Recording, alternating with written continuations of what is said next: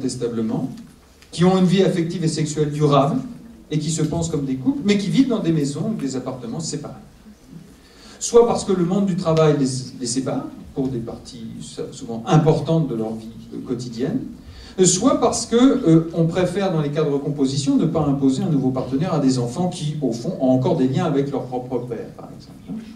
Et donc ce sont plutôt des femmes qui étaient des femmes à milieu économique et des femmes éduquées de milieux sociaux aisés qui peuvent entretenir de logements, parce que évidemment il faut avoir les moyens de sa politique. Aujourd'hui, ce que l'on rencontre, et qui est quelque chose qu'on a observé à la fois en France et aux États-Unis d'une façon très frappante, ce sont plutôt des living apart together, des gens qui vivent ensemble séparés, y compris d'ailleurs des divorcés, qui divorcent éventuellement jusqu'au bout du point de vue de la procédure, mais qui continuent de vivre dans leur maison, dans leur appartement, parce qu'ils n'arrivent pas à le vendre, parce qu'ils n'ont pas le choix, parce qu'ils attendent que les conditions soient réunies pour aller jusqu'au bout de ce qu'ils souhaitent. Vous voyez à quel point, à ce moment-là, on assiste à quelque chose que les effets de structure, les effets du marché du logement, là en l'occurrence, ni plus ni moins, créent des phénomènes qui ne sont pas exactement l'équivalent de ce qui se passait au 19e, enfin, je sais pas, une vision à la Madame Bovary, ou même à toutes sortes de romans qui déclinaient que, en effet, dans la vie familiale et dans la vie conjugale, il y avait combien de femmes qui n'aimaient plus leur mari. C'était plutôt assez courant, et d'ailleurs, pas mal de grands-mères ont pu dire, tu sais, je le connaissais à peine, on a eu des enfants, mais en effet, c'est pas l'amour qui a caractérisé le début de notre relation conjugale. Éventuellement, on a vécu conjugalement sans amour. Mais c'était comme ça. Et on a appris à s'aimer avec le temps. Il y a des tas de témoignages de grand-mères qui disent apprendre à s'aimer avec le temps. S'il fallait que l'amour soit le seul ciment, il y aurait plein de ménages qui n'auraient effectivement jamais pu tenir dans les générations passées. Mais c'est quelque chose de nouveau, c'est que là, on a la possibilité ou la promesse que votre vie conjugale doit être une vie conjugale fondée en particulier sur la qualité de la relation, la conversation amoureuse, si on peut dire. Ça, c'est la promesse à tenir. Et en réalité, la possibilité d'en sortir, le divorce est depuis les Lumières, au fond, une possibilité pour ceux qui ont été mal assemblés de se séparer de cette question. Enfin, les Lumières ont permis. Le premier débat sur le divorce, c'est d'abord celui-là, c'est de permettre de sortir de ce qu'impose le mariage comme une sorte de prison dans laquelle on entre et de laquelle on ne sort pas. Donc ça, c'est la promesse, et en même temps, on voit que cette promesse, aujourd'hui, n'est pas tenable, parce qu'on ne peut pas sortir. À nouveau, et pour d'autres raisons, qui sont de l'ordre des effets macroéconomiques. Et ce phénomène, il gagne du terrain. C'est-à-dire, ça devient une question qui nous est posée.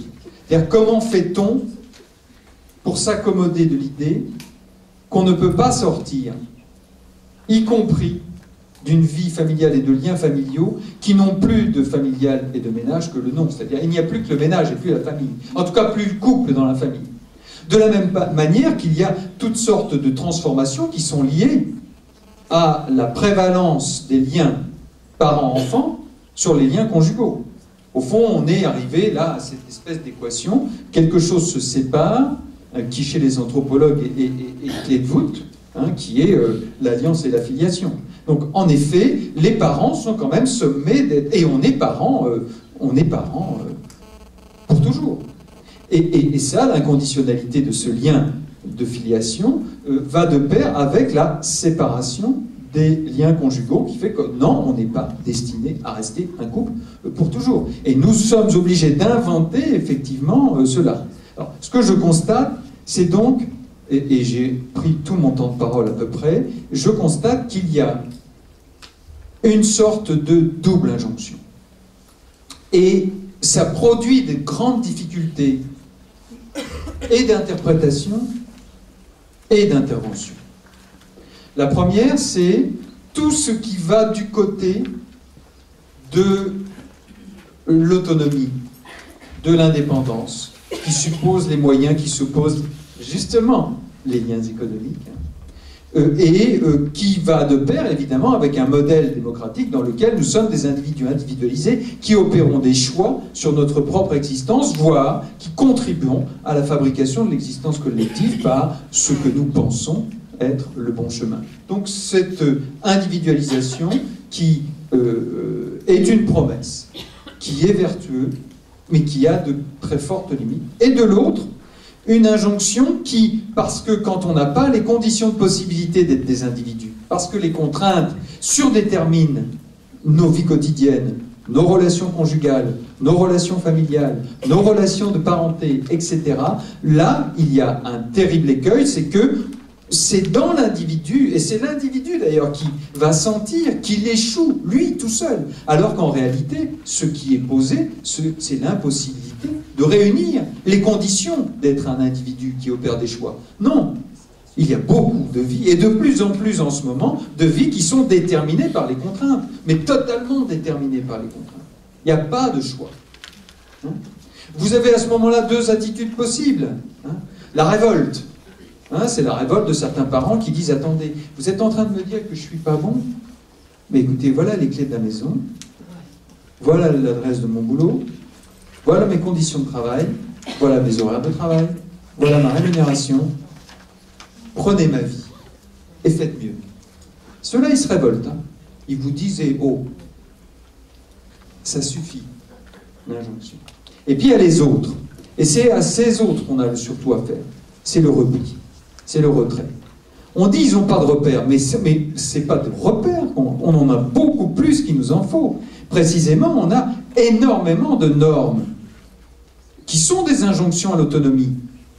Réalise-toi toi-même, enfin cette espèce de modèle, là encore managérial, de l'auto-réalisation. Mais attendez, mais réunir les conditions de possibilité de l'auto-réalisation, ça commence à être une expérience assez rare, en tout cas très réservée. Beaucoup d'autres composent avec les contraintes. Et la plupart d'entre nous sont capables de dire, écoutez, voilà, moi, ma marge de manœuvre, mes choix, voilà la gamme. C'est pas plus grand que ça. Voilà. Je suis sur un rail, ma vie s'écoule, et mes choix sont là, et ils sont faibles. Je suis surdéterminé par mes contraintes. Et plus il y a évidemment de tensions sur les enjeux économiques, plus l'injonction à l'autonomie est d'une grande brutalité, génère du repli. Je suis très frappé par l'extension de ce qu'on pourrait appeler la symptomatologie du repli, c'est-à-dire le silence. Chez les adultes, mais beaucoup chez les jeunes. Chez les jeunes, je suis frappé, par exemple, je me demande de quoi il s'agit, par ce qu'au Japon on appelle les hikikomori, qui sont des jeunes qui restent enfermés dans leur chambre, et qui vont finir par se couper complètement de toute relation sociale, même avec les parents, avec qui et de qui on accepte que le passage de plat pour être nourri, et qui vivent dans une caverne, avec éventuellement une seule fenêtre qui est l'Internet. Mais parfois même pas. Et ce repli ne se voit pas, il dure des mois, jusqu'à ce que les parents craquent et qu'ils n'y arrivent plus. Ils aient peur, parce que ça fait 2 ans que leur môme ne sort plus sauf la nuit quand ils voient personne. Et ça, nous avons ça en France. C'est-à-dire nous avons une sorte de symptomatologie du repli. Alors on ne sait pas très bien les nommer, d'ailleurs les psychiatres prennent des précautions. D'ailleurs comment les nommer? Est-ce que c'est quelque chose qui est de l'ordre de structure un peu psychotique? Parce qu'il n'y a plus de relations, plus de copains, plus de contacts, rien, zéro. Plus aller au lycée, plus aller nulle part, zéro. Repli, la caverne. Qu'est-ce que cette symptomatologie veut dire? Bien sûr, il y a quelque chose qui est cherché derrière l'épicentre familial. Alors on dit ça s'est construit, ça vient pas de, c'est pas tombé de la lune. Il y a quelque chose. Moi, je crois qu'il y a quelque chose qui est beaucoup plus macro, qui fait que, en effet, c'est cette injonction à la promesse qui n'est pas tenue et qui n'est pas tenable, qui génère en effet chez des individus qui auraient pu être des individus individualisés et avoir le choix, un sentiment qu'ils échouent. Ils n'y arriveront pas. C'est ce que je voyais il y a une trentaine d'années, quand j'interviewais des mères seules, dont une qui m'a laissé beaucoup de souvenirs, qui m'a raconté comment elle a pleuré pendant sa grossesse en lisant Laurence Pernoud et en mesurant à toutes les pages la mère qu'elle ne pourrait jamais être. Hein. Et le résultat pour elle des pages de Laurence Pernoud, ça a été de dire au fond, je suis bien incapable de m'occuper d'un môme. Le mieux qui pourrait arriver à cet enfant, c'est qu'on me le retire le plus vite possible. C'est donc pas l'absence de normes. Hein. Elle en a été complètement inondée, jusqu'à ne plus pouvoir dire autre chose que « j'y arriverai pas ». Donc c'est à ça que nous avons affaire.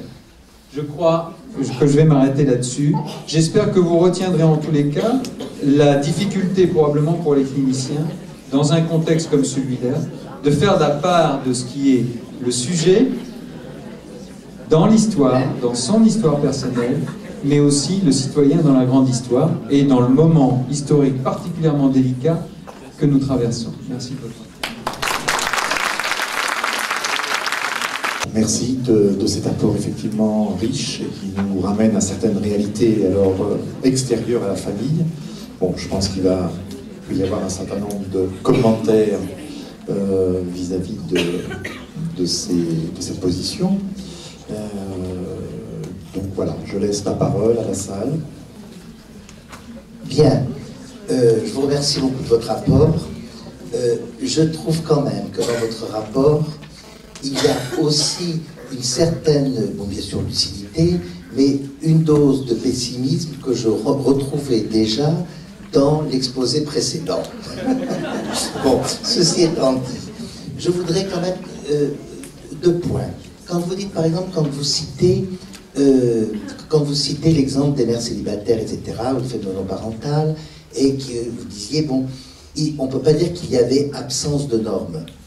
Oui, il n'y avait pas absence de normes, mais j'ai envie de dire c'était des normes très contraignantes. Hein, très contraignantes. Pour être une mère, il fallait être ceci, pour être une mère, il fallait être cela, etc.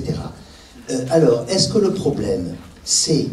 enfin, ma question c'est, comment l'économie, comment l'extérieur joue sur ces normes? Parce que, par exemple, je travaille beaucoup avec les couples. Alors, par exemple, dans les couples, je me rends compte aujourd'hui qu'il peut y avoir une norme comme ça qui se met en place. Bon, c'est on est un couple d'emblée. On n'a pas besoin de construire un couple. Le couple dans la durée, ça n'existe pas. Hein, c'est le couple Kleenex, ça marche pas, on lâche, ok. Je veux bien. Bon, mais du coup, on s'aperçoit bien que dans les problèmes de couple, on s'aperçoit bien que si un couple ne dépasse pas cette période-là d'accepter cette idée, c'est une norme, oui, que on construit son couple, comme on construit sa vie professionnelle, comme on construit tout ce qu'on veut, etc., etc. Si on n'accepte pas cette norme-là, eh bien, j'ai envie de dire, on va être face à un certain nombre d'échecs. Et ma question, c'est de savoir, mais d'où sort cette idée, et est-ce que l'économie a un rôle là-dedans, d'où sort cette idée de certaines normes comme celle-ci, on n'a pas besoin de construire son couple? Quel est le rôle de l'extérieur par rapport à cette fabrication ou cette disparition de cette norme-là? Parce que je pense qu'il y a des normes, mais elles ne se construisent plus de la même façon qu'avant. Je ne sais pas si je suis clair. Je ne suis pas sûr de pouvoir vous répondre parce que je ne me situe pas évidemment à ce niveau-là. Mais ce qui peut-être est un élément de réponse, c'est le décalage formidable qu'il y a entre la façon dont on rentrait dans la vie de couple à la génération de ma mère et la façon dont ma génération est rentrée dans la vie conjugale. Et je crois que l'ambivalence du discours de l'une et de l'autre des générations dit une partie de la réponse.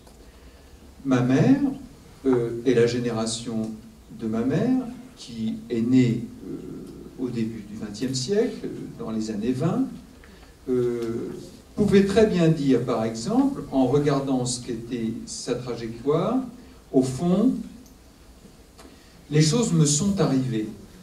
Elle va souvent raconter l'histoire en disant qu'elle est agie par l'histoire. Elle rencontre mon père, ils se connaissent à peine. À l'époque, le bal est un moyen dans un village de se rencontrer. Je pense qu'à leur premier rapport sexuel, elle est enceinte. Elle a 18 ans quand naît ma sœur. Elle va à une distance de vélo dans la France détruite de l'immédiate après-guerre, prendre un métier qu'elle apprend parce que ses parents n'ont pas les moyens de lui payer des études, et les voilà mariés, et les voilà père et mère, et en effet lancés dans une vie professionnelle. Et puis après, la vie s'écoule. Donc là, ils construisent leur vie de couple, parce que j'ai envie de dire, ça leur tombe dessus, mais alors ça leur tombe dessus. Voilà. Il n'y a pas d'autre mot. Et même moi qui suis le Benjamin de cette aventure, je suis un exemple prototypique de la méthode Ogino. Donc ça leur retombera dessus encore. Donc, voilà. Alors évidemment, quand moi je rentre dans la vie conjugale, et par exemple les femmes de mon âge, on n'est pas du tout dans la même affaire. On n'est pas du tout dans la même affaire. D'abord, entre-temps, on ne veut pas rentrer par le mariage direct. Et entre-temps, il y a la révolution contraceptive. Et entre-temps, en effet, on veut expérimenter. D'abord, on va dire, à l'époque, il faut se souvenir, dans les années 70, on disait « Ah, attendez, il y a une génération après 68, ils disent « Attendez, moratoire hein ». On va pas épouser le premier venu. Et puis d'ailleurs, on ne va pas épouser tout court. Hein. Et puis, oui, il y aura la sexualité avant. Oui, en effet, on a envie de savoir à qui on a affaire, etc. Et c'est pas d'ailleurs que dans le lit qu'on a affaire. On a affaire dans la vie. On va se côtoyer. On va marcher les uns à côté des autres. Une autre façon de construire. Hein.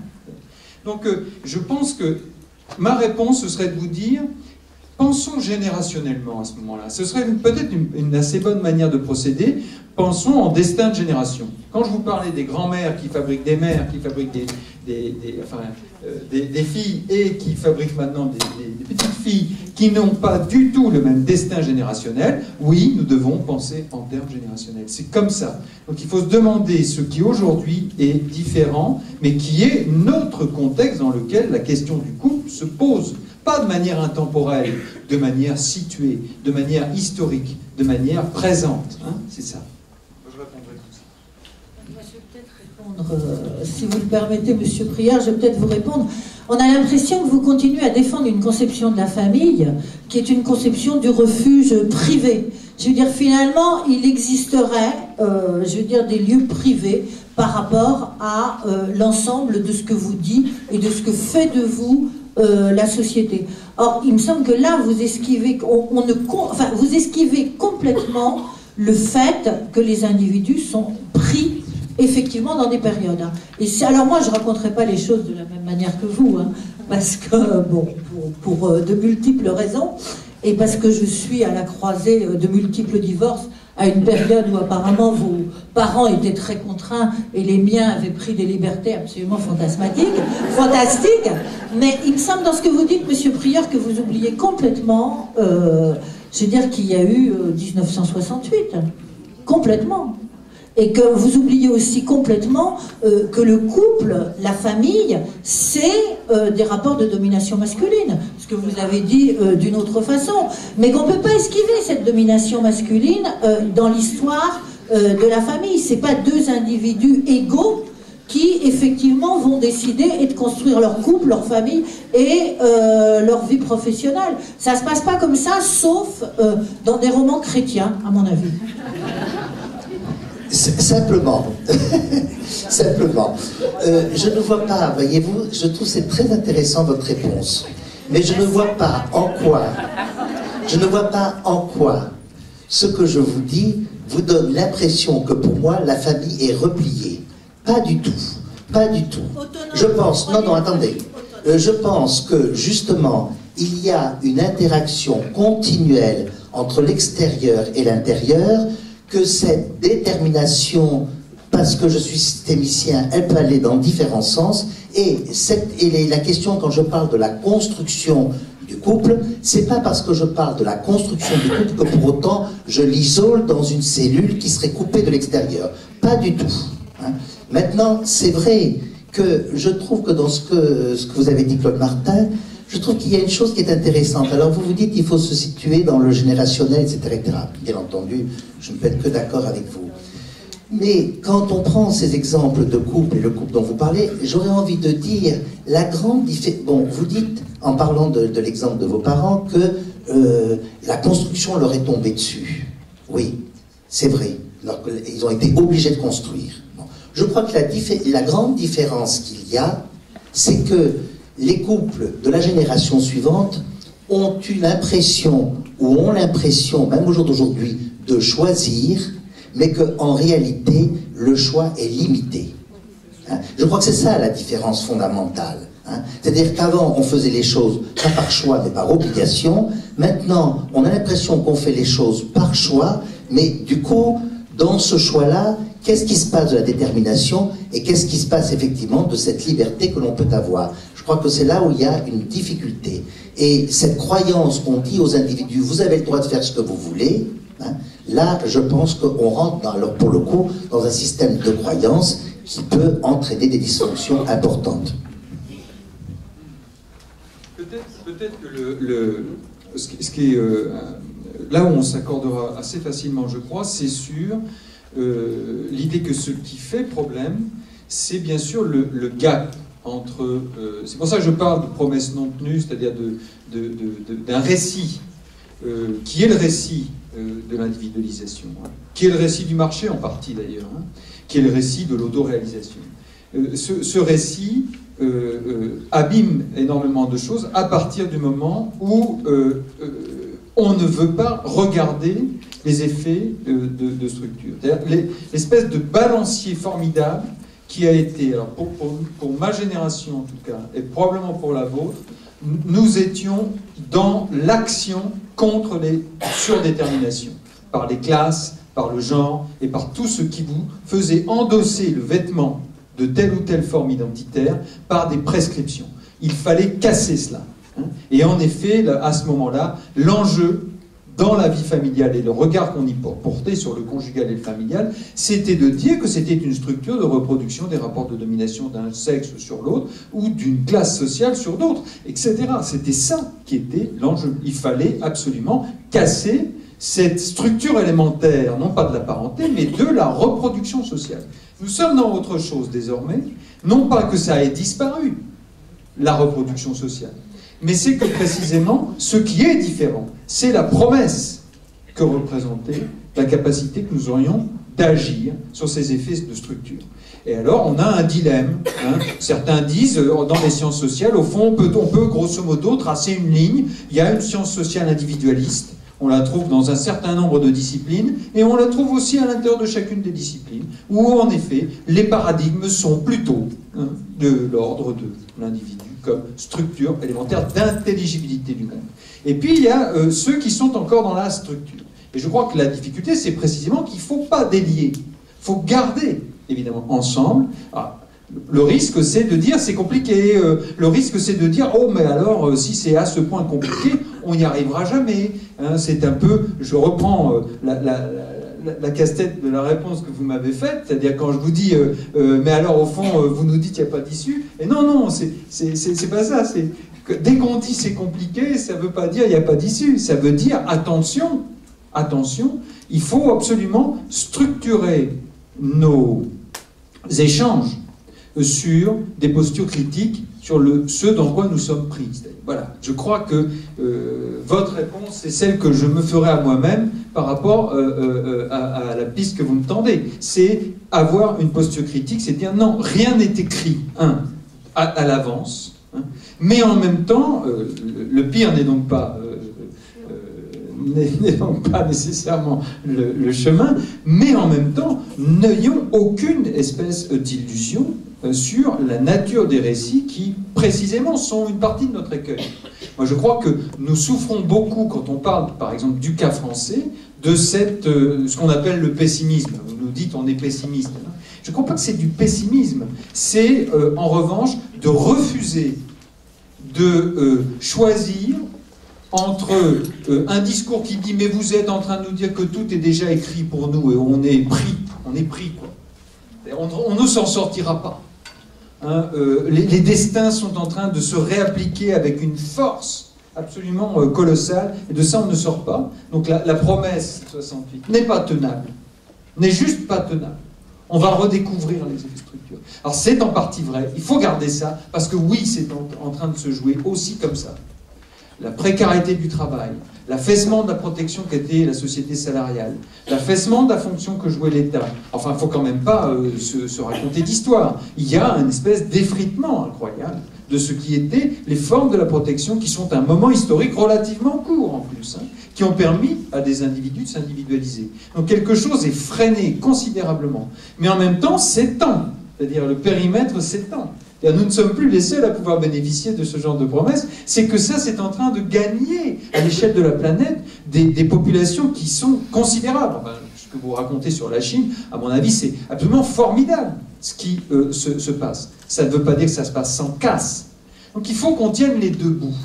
C'est ça notre difficulté, tenir les deux bouts. Pas renoncer, et c'est pas en disant qu'on est ou optimiste enchanté, un peu échevelé aujourd'hui, ou complètement pessimiste, incapable de dire qu'il y a un destin dont on se sort. Je crois qu'il faut tenir les deux bouts, tout n'est pas écrit. Mais nous sommes dans un moment où ce qui se réactive, la seule vraie question, me semble-t-il, pour lire la plupart des phénomènes sur lesquels nous écrivons dans la presse, ce sont les inégalités, bien sûr. Hein. C'est ça qui est en train de regagner du terrain. On a recreusé à tel point les inégalités que nous avons un rappel des effets de structure. Ils sont d'une violence, hein, qu'on a peut-être un petit peu oublié à un moment donné, à un point où maintenant elles nous reviennent en pleine poire. Et elles ont des symptômes. Elles ont des symptômes. Je pense que ce qui se passe du côté des jeunes est en partie de cet ordre. Une autre question. Donc, moi, je sais pas, enfin, c'est ce que je ressens après vous avoir entendu. La question que je me pose, c'est en fait, à quel moment l'individu en tant que tel peut-il faire un choix et son propre choix? Parce que si je vous écoute, ou alors j'ai pas tout compris, c'est que j'ai le sentiment qu'on est soit on subit, soit on est super conditionné, soit on est manipulé, et qu'en fait il reste peu d'espace ou peu de possibilités à l'individu de faire un choix, mais le sien propre. Et pour en revenir à ce que disait Madame Semim, je suis tout à fait d'accord. Si on fait référence à l'histoire, c'est quand même l'homme qui a tout le temps dominé. On parle de l'argent aujourd'hui, mais qu'est-ce qu'il y a derrière l'argent aussi? Il y a le pouvoir. Le pouvoir, et c'est tout ça qui fait que on en est là aujourd'hui. Alors comment faire? Comment? Et principalement des hommes. C'est ça, j'insiste.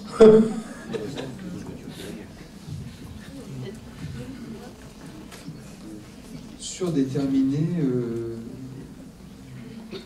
quand est-ce qu'on a le choix comme individu? Mais moi, je ne peux pas me poser cette question parce qu'il n'y a pas de choix comme individu pour moi. Ah non, je ne crois pas beaucoup à ça. Je crois pour me situer sur le terrain risqué de mes croyances, après tout on s'en moque en plus, mais je pense que je préfère parler des conditions de possibilité pour être un individu qui opère des choix, c'est-à-dire cette équation qui consiste à tous nos choix sont avec des variables autour de nous.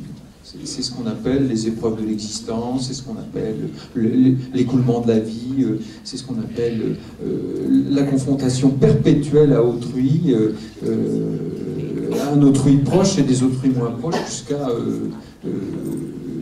la société monde. Donc ça n'existe pas pour moi l'idée de choix d'un individu tout le temps situé que par rapport à lui-même. C'est une vision philosophiquement intéressante, mais en tous les cas qui ne correspond pas à la vision que je me fais des expériences sociales. Les expériences sociales ne sont pas des choix d'individus isolés de rien. Nous ne sommes isolés de rien. Nous sommes juste plongés. Voilà. Nous sommes plongés et c'est avec ça que nous composons. Donc d'où les conditions de possibilité. Ou ce que Castel appelait la propriété sociale et les supports, ou l'idée qu'il n'y a pas d'individu, ça ne tient pas debout tout seul. Voilà ce qu'il disait. Un individu, ça ne tient pas debout tout seul. Ouais. Je crois que c'est pas bête comme il dit. Ça tient avec un certain nombre de supports. Et parmi les supports qui lui ont beaucoup tenu à cœur, et qui peut-être d'ailleurs l'effet d'une génération, encore une fois, hein, celle qui a connu l'avènement de l'État-providence, hein, lui qui disait justement un produit comme ça de l'improbable conjonction de l'effet de l'école sur un môme qui avait un destin tout écrit, qui est d'être ajusteur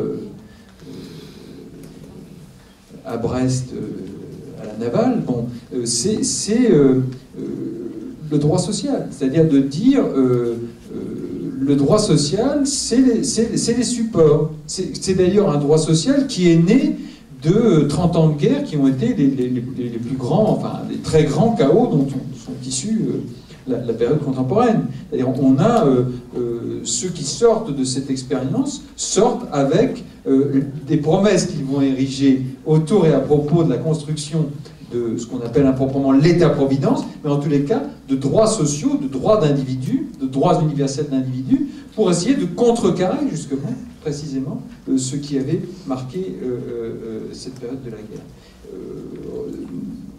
Je pense que c'est une des réponses, c'est-à-dire des individus qui ne choisissent pas isolés, non, mais qui ont des conditions de possibilité. Parmi celles-là, il y a évidemment le fait de pouvoir se projeter dans le futur. Pas le futur du lendemain et d'une journée, enfin d'une vie qui se fait au jour la journée. C'est de pouvoir se projeter, penser en effet ce qui vient, sans la crainte de l'absolue pénurie, sans la crainte de la survie.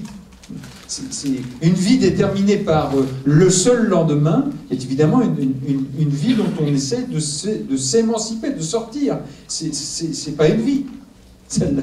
C'est pas une vie. Donc je crois vraiment que c'est peut-être ça ma réponse à votre question. Il n'y a pas d'individu tout seul, d'abord parce qu'il est situé, il est immergé et il est face à un fil de l'existence qui est une série d'épreuves. Rien n'opère autrement. L'idéologie du choix, hein, ou le libre choix, c'est dénié par l'expérience. Ça n'existe pas. D'ailleurs, maintenant, on fait même du social à part le libre choix.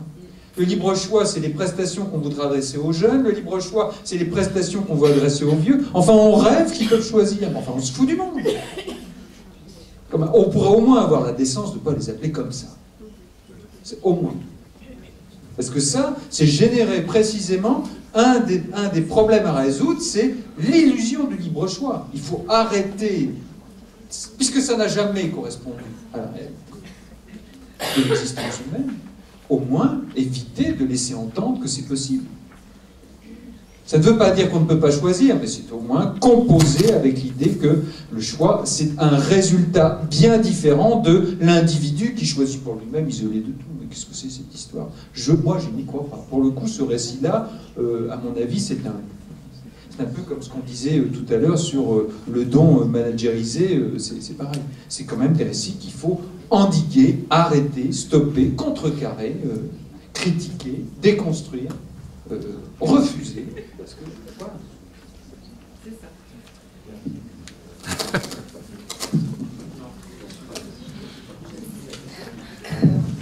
Bien, nous allons maintenant nous arrêter et nous reprenons donc à 14h. Et nous remercions donc nos deux intervenants. Bonne matinée.